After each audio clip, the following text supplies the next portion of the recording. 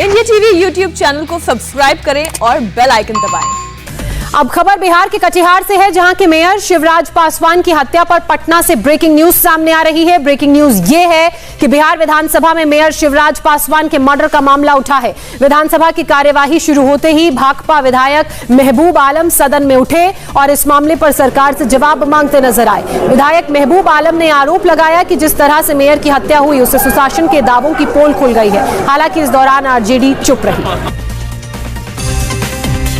कटिहार के मेयर शिवराज उर्फ शिवा पासवान की गोली मारकर हत्या कर दी गई। मेयर को तीन गोलियां मारी गई। इस मामले में बीजेपी विधायक कविता पासवान के भतीजे के खिलाफ एफआईआर दर्ज की गई है। इसके अलावा 11 दूसरे लोगों के खिलाफ भी एफआईआर दर्ज की गई है। इन 12 आरोपियों में से 4 को पुलिस ने गिरफ्तार कर लिया है, जबकि 8 आरोपियों की तलाश में पुलिस जुटी हुई है। शिवराज पासवान की हत्या उस वक्त हुई जब कल रात वो मंदिर से लौट रहे थे। कटिहार की संतोषी चौक रेलवे गेट के पास 3 हत्यारे पहले से घात लगाकर उनका इंतजार कर रहे थे। जैसे ही शिवराज पासवान की बाइक पास आई, उन पर ताबड़तोड़ इन लोगों ने गोलियां चलानी शुरू कर दी। छाती में 3 गोलियां लगने से मेयर गंभीर रूप से जख्मी हो गए। वारदात को अंजाम देने के बाद हत्यारे बाइक पर सवार होकर मौके से फरार हो गए और गंभीर हालत में मेयर को मेडिकल कॉलेज पहुंचाया गया, जहां डॉक्टरों ने उन्हें मृत घोषित कर दिया। अब आपको बताते हैं कि मेयर के मर्डर में बीजेपी विधायक कविता पासवान के भतीजे नीरज पासवान का नाम कैसे आया। दरअसल मेयर शिवराज पासवान का प्रॉपर्टी का कारोबार था और विधायक के भतीजे नीरज पासवान का भी प्रॉपर्टी का काम है। आशंका यह जताई जा रही है कि जमीन विवाद को लेकर ही मेयर की हत्या की गई। मेयर के परिवार ने भी एफआईआर में नीरज पासवान का नाम लिखवाया है। अब पुलिस इस एंगल से भी मामले की जांच में जुटी है। पुलिस ने 4 आरोपियों को फिलहाल मामले में गिरफ्तार किया है और बाकी 8 की तलाश के लिए दबिश दी जा रही है। कटिहार के डीएम उदयन मिश्रा ने कहा कि जल्द ही बाकी आरोपियों को भी पकड़ लिया जाएगा और वो सलाखों के पीछे होंगे।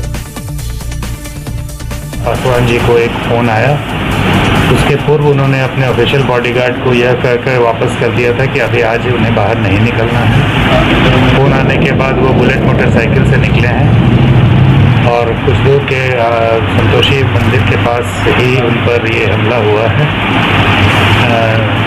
अज्ञात लोगों ने हमला किया, 3 गोलियां उनके सीने में लगी हैं और कटिहार मेडिकल कॉलेज ले जाने के क्रम में ही उनका देहांत हो गया है।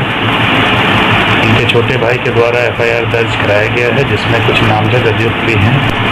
पुलिस की दबिश की कार्रवाई की जा रही है। मेयर के मर्डर पर अब सियासत भी तेज हो गई है। आरजेडी और जेडीयू में जुबानी जंग हो रही है। भय का वातावरण है और हत्या का उद्योग, अपहरण उद्योग का दौर चल रहा है। इसमें पता नहीं माननीय मुख्यमंत्री को कितना पैसा चाहिए। आरसीपी से टैक्स तो वसूल ही रहे, जनता की गाड़ी कमाई का।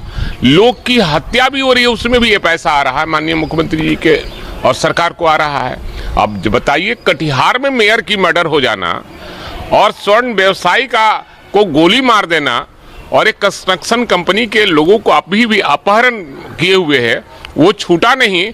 ऐसे कई उदाहरण है बिहार में जहां शासन प्रशासन नाम का चीज नहीं है। शिवसागर पासवान तो उनका जुलाई में ही कार्यकाल खत्म हो गया था। कोई मेयर नहीं था, लेकिन स्टेटस मेंटेन किए हुए थे। उसमें 11 लोगों पर एफआईआर हुआ है, 4 लोग गिरफ्तार भी हुए हैं। अनिश्चित तौर पर हमारे लिए चुनौती हो, चाहे मधुबनी में हो, चाहे जहां आपने नाम लिया है, हमारे लिए चुनौती है।